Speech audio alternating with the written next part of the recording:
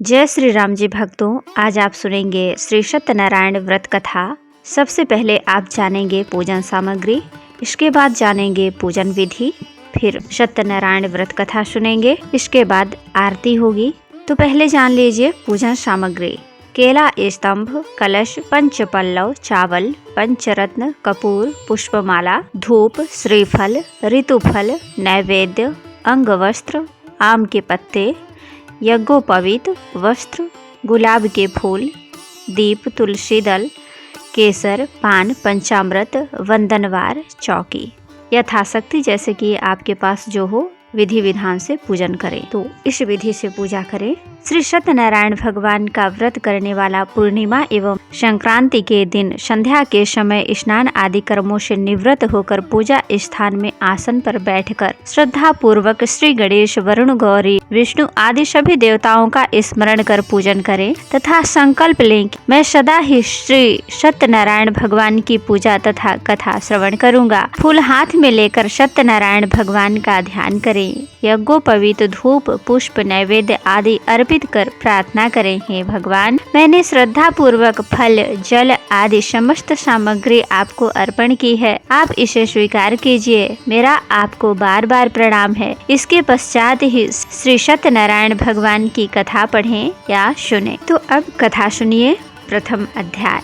तो बोलिए श्री सत्यनारायण भगवान की जय। महामुनि व्यास जी ने कहा, बहुत समय पहले नौमिषारण्य तीर्थ में शौनकादिक 88,000 ऋषियों ने पुराण वेत्ता श्री सूत जी से कहा, हे सूत जी, इस कलयुग में वेद विद्या रहित मानवों को ईश्वर भक्ति किस प्रकार मिलेगी तथा उसका उद्धार कैसे होगा। हे मुनि श्रेष्ठ, ऐसा कोई व्रत अथवा तप बताइए जिसके करने से थोड़ी ही समय में पुण्य प्राप्त हो तथा मनवांछित फल भी मिले। ऐसी कथा सुनने की हमारी बहुत इच्छा है। इस प्रश्न पर शास्त्रों के ज्ञाता श्री सूत जी ने कहा, हे वैष्णवों में पूज्य, आप सभी ने प्राणियों के सहित एवं कल्याण की बात पूछी है। अब मैं उस श्रेष्ठ व्रत को आप लोगों से कहूँगा जिसे श्रेष्ठ मुनि नारद जी ने श्री लक्ष्मी नारायण भगवान से पूछा था और श्री लक्ष्मी नारायण भगवान ने मुनि श्रेष्ठ नारद जी को बताया था।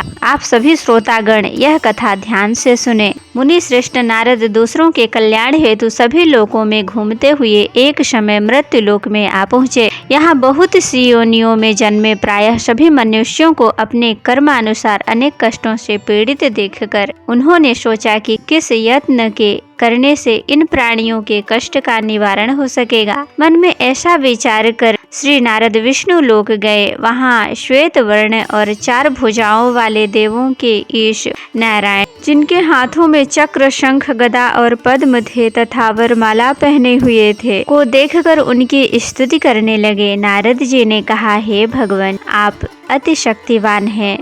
मन तथा वाणी भी आपको नहीं पा सकती। आपका यदि मध्य अंत भी नहीं है, आपका आदि मध्य अंत भी नहीं है। आप निर्गुण स्वरूप सृष्टि के कारण भक्तों के कष्टों को नष्ट करने वाले हो। आपको मेरा सत सत नमन है। नारद जी से इस प्रकार की प्रार्थना सुनकर विष्णु भगवान बोले, हे योगीराज, आपके मन में क्या है? आपका किस कार्य हेतु यहाँ आना हुआ है?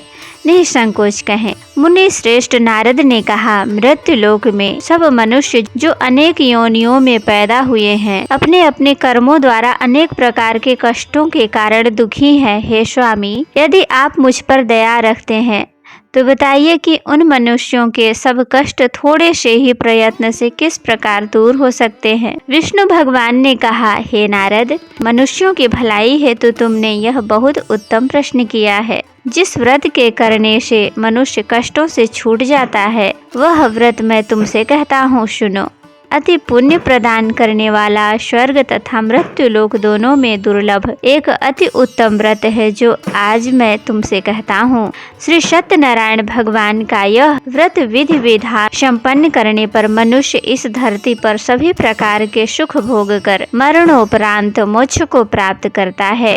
भगवान के ऐसे वचन सुनकर नारद मुनि बोले, हे भगवान, उस व्रत का विधान क्या है? फल क्या है? इससे पहले किसने यह व्रत किया है और किस दिन यह व्रत करना चाहिए? कृपया यह सब मुझे विस्तार से समझाएं।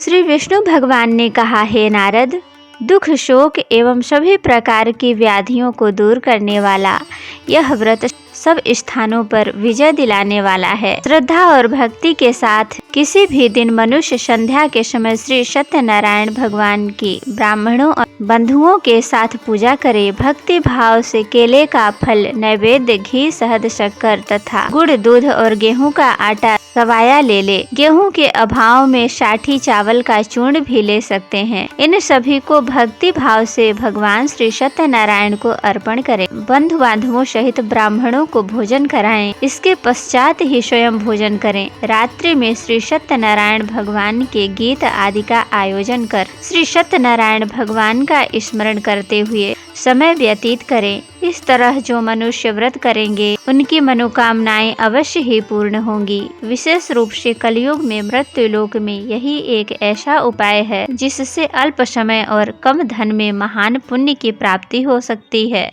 पहला अध्याय पूर्ण हुआ। अब अगला अध्याय आप अगली वीडियो में सुन लीजिएगा, नहीं तो वीडियो बहुत लंबी हो जाएगी। अब आरती करेंगे। श्री सत्यनारायण भगवान जी की आरती सुनेंगे। ओम जय लक्ष्मी रमणा, श्री जय लक्ष्मी रमणा, सत्यनारायण स्वामी, सत्यनारायण स्वामी, जनपातक हरणा।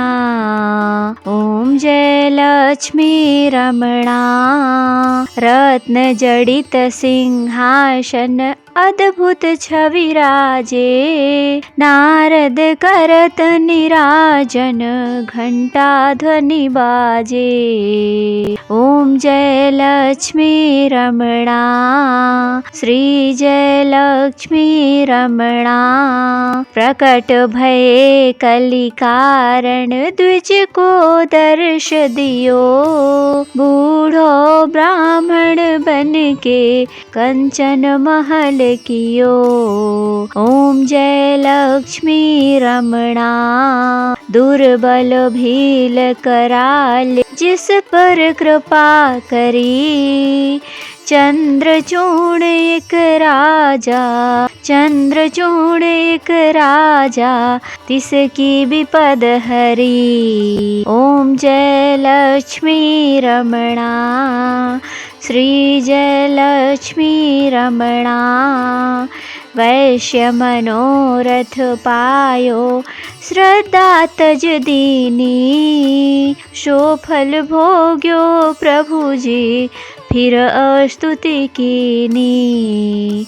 जय लक्ष्मी रमणा, श्री जय लक्ष्मी रमणा, भाव भक्ति के कारण छिन छिन रूप धर्यो, श्रद्धा धारण कीन्ही, श्रद्धा धारण कीन्ही, तिनको काज सर्यो।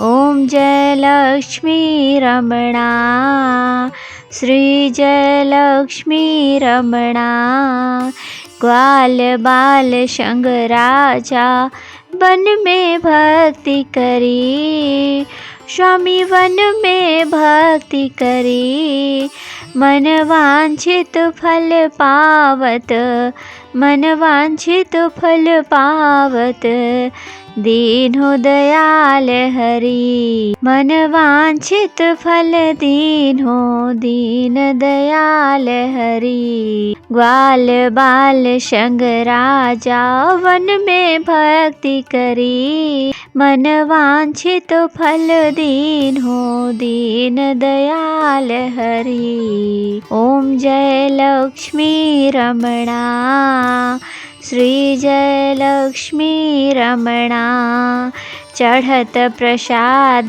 शवायो, कदली फल मेवा, धूप दीप तुलसी से, राजी सत देवा।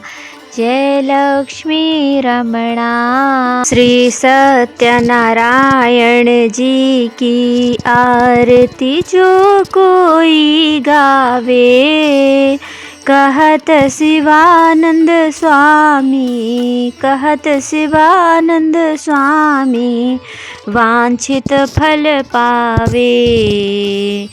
ओम जय लक्ष्मी रमणा, जय लक्ष्मी रमणा, सत्यनारायण स्वामी जनपातक हरणा।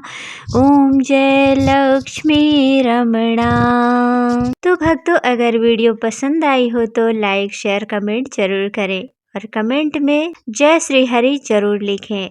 जय श्री राम जी। भक्तों, आपका दिन शुभ हो।